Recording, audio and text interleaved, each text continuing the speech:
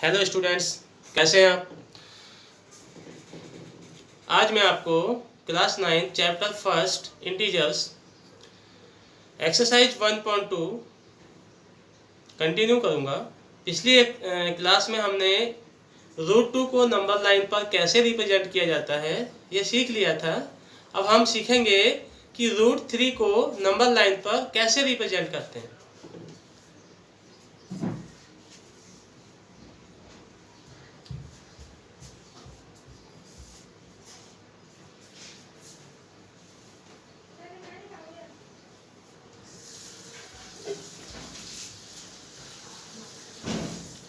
देखिए, represent √3 on number line.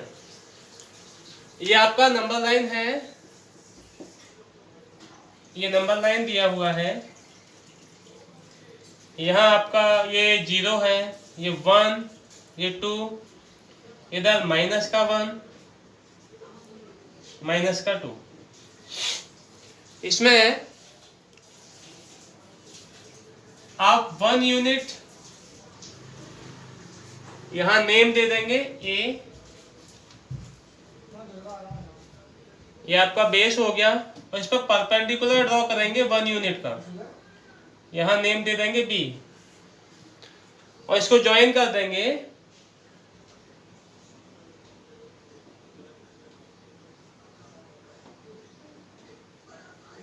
ये आपने ज्वाइन कर दिया।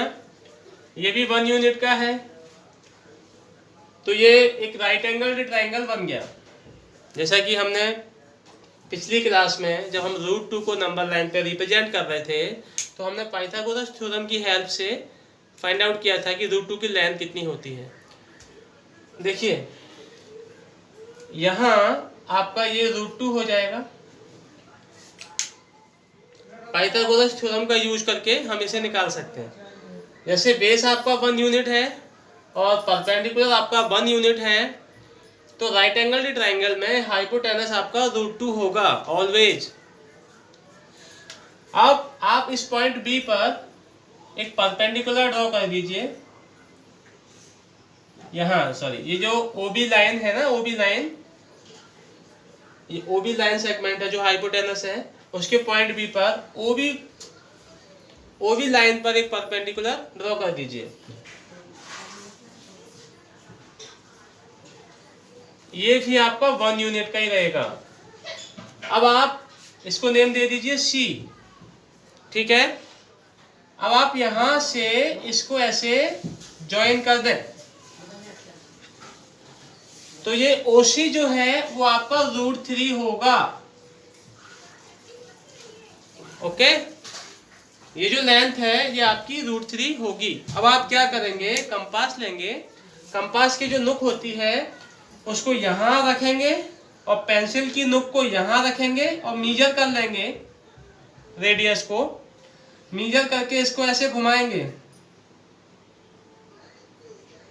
ऐसे घुमाएंगे उसको, तो वो यहां काटेगा, ऐसे काटेगा, यहां पर इंटरसेक्ट करेगा। तो ये जो पॉइंट है वो अपना √3 को रिप्रेजेंट करेगा।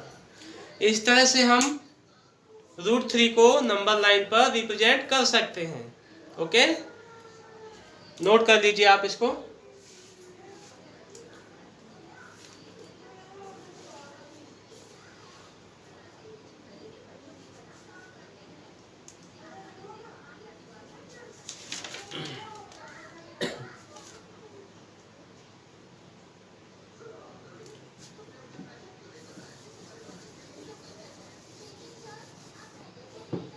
अगला क्वेश्चन आपका है, √5 को नंबर लाइन पर कैसे रिप्रेजेंट करते हैं। √5 रिप्रेजेंट √5 ऑन नंबर लाइन। ये आपका एक्सरसाइज 1.2 का क्वेश्चन नंबर 3 है। 1.2 क्वेश्चन नंबर 3। इसमें दिया है कि आप √5 को नंबर लाइन पर कैसे रिप्रेजेंट कर सकते हैं। देखिए, ये आपने नंबर लाइन ड्रॉ की, यहाँ पर आपका 0, ये 1, 2,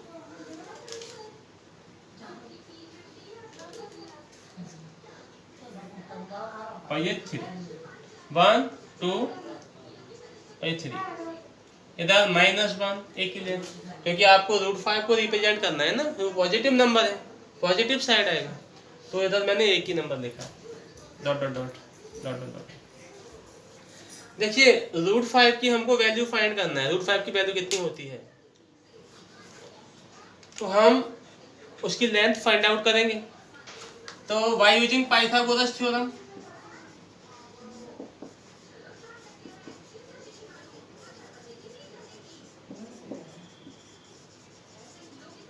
ठीक है, पाइथागोरस थ्योरम की हेल्प से हम √5 की लेंथ कितनी होती है ये फाइंड आउट करेंगे।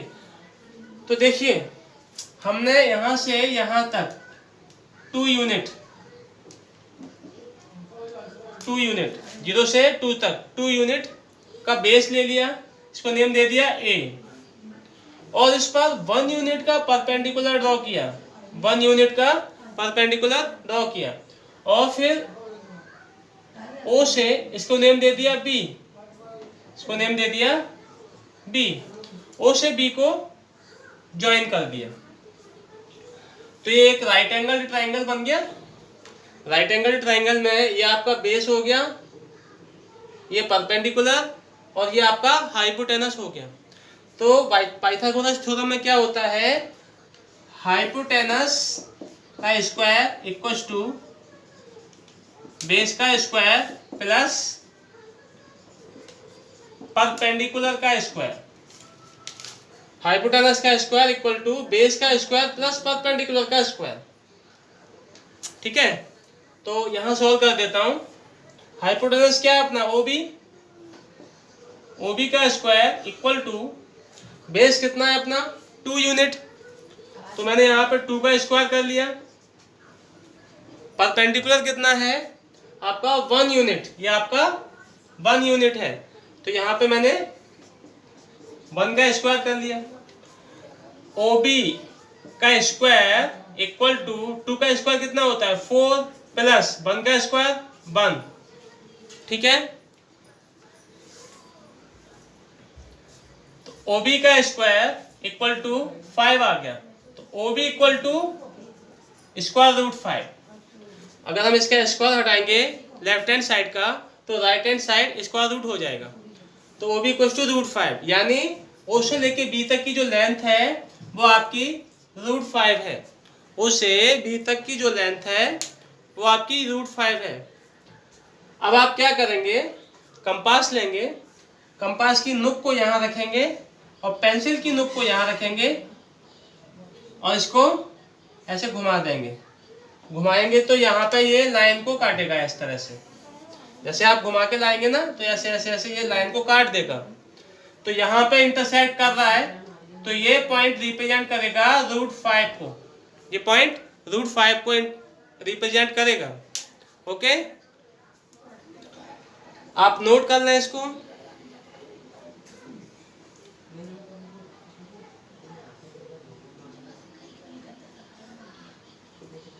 क्वेश्चन 4 एग्जाम पर्पज से नहीं है, आप उसको नहीं कराते उसको हम। इसके बाद हम एक्सरसाइज 1.3 स्टार्ट करेंगे, आप इसको नोट कर लें।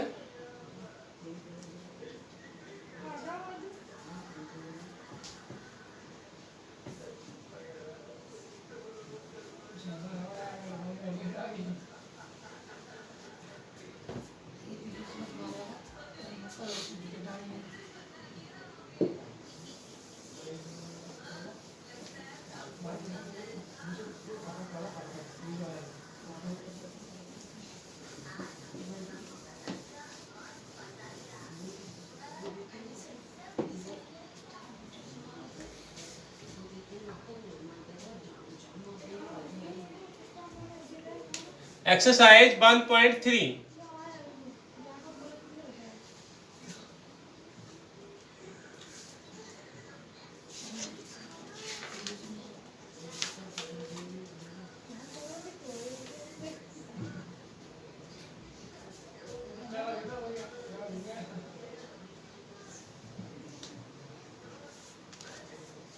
इसमें हमको क्या करना है, जैसे क्वेश्चन फर्स्ट दिया है, क्वेश्चन फर्स्ट का फर्स्ट दिया हुआ है 36/100 ये दिया हुआ है। वो कह रहा है right the following in decimal form. हमें ये जो आपका दिया हुआ है ये रेशनल फॉर्म में दिया हुआ है, अपॉन वाली फॉर्म में, न्यूमरेटर अपॉन डिनोमिनेटर इस फॉर्म में दिया है, रेशनल फॉर्म में दिया है। इसको हमें डेसिमल फॉर्म में चेंज करना है। और चेंज करने के बाद आपको ये भी बताना है कि डेसिमल टाइप क्या है, कि वो टर्मिनेट कर रहा है, खत्म हो रहा है कि नहीं हो रहा है। तो इसको देखो,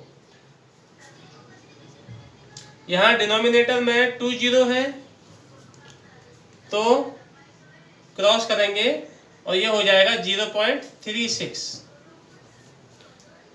हर जैसे ये नंबर लिखा हुआ है 36, एवरी नंबर यानी हर नंबर के पीछे एक पॉइंट होता है, बट पॉइंट के बाद कोई डिजिट नहीं होती है तो हम पॉइंट लगाते नहीं है। तो यहाँ मान के चलो यहाँ पॉइंट है, ठीक है, डेसिमल पॉइंट है।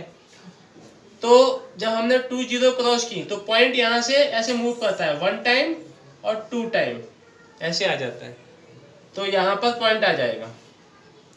मतलब डिनोमिनेटर में 1 के ऊपर जितने जीरोस होते हैं, जितने जीरो होते हैं, जैसे इसमें कितने हैं 1 2 जीरो हैं, तो पीछे से पॉइंट 2 प्लेस शिफ्ट हो जाएगा।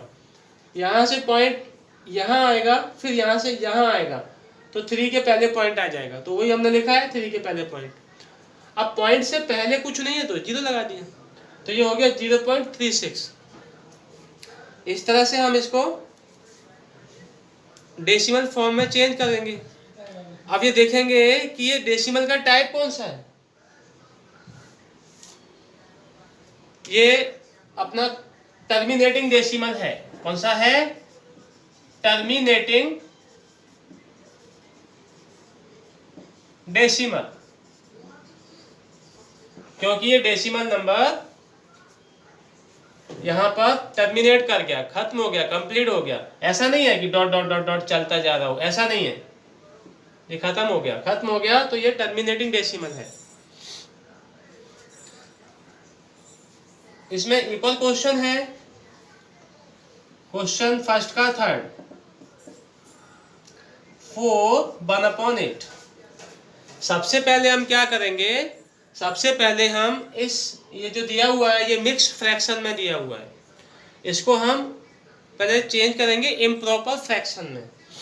तो क्या हो जाएगा, कैसे करते हैं, 8 4 जा 32 प्लस 1, इसको प्लस करते हैं। 8 4 जा 32 प्लस 1 33 हो गया, तो न्यूमरेटर बन गया 33 और अपॉन में 8 ही रहेगा, अपॉन में आपका 8 ही रहेगा। तो हमने ये इम्प्रॉपर, इसको कहते हैं इम्प्रॉपर फ्रैक्शन या इम्प्रॉपर। क्यों कहते हैं? क्योंकि इसमें न्यूमरेटर बिगर है, बड़ा है डिनोमिनेटर से, तो ये इम्प्रॉपर फ्रैक्शन होता है। अब हम इसको डिवाइड करेंगे, तो सिंपल जैसे हम डिवाइड करते हैं, 8 4 जा 32, 1 कैरी आया,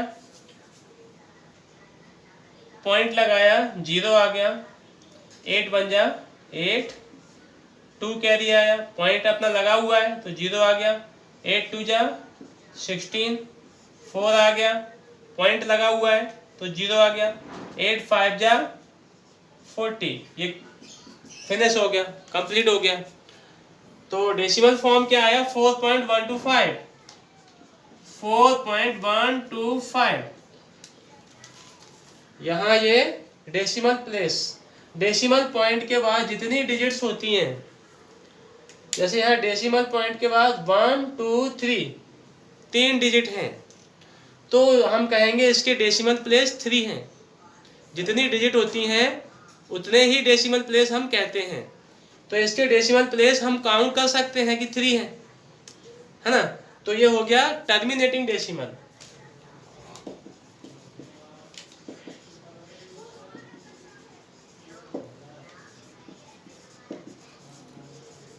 टर्मिनेटिंग डेसिमल हो गया। इस तरह से ये आपका सॉल्व हो गया, आप इसे नोट कर लीजिए।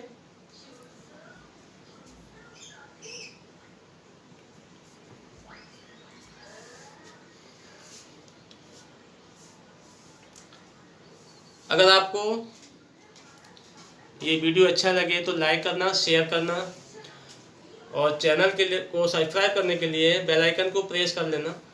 Thank you.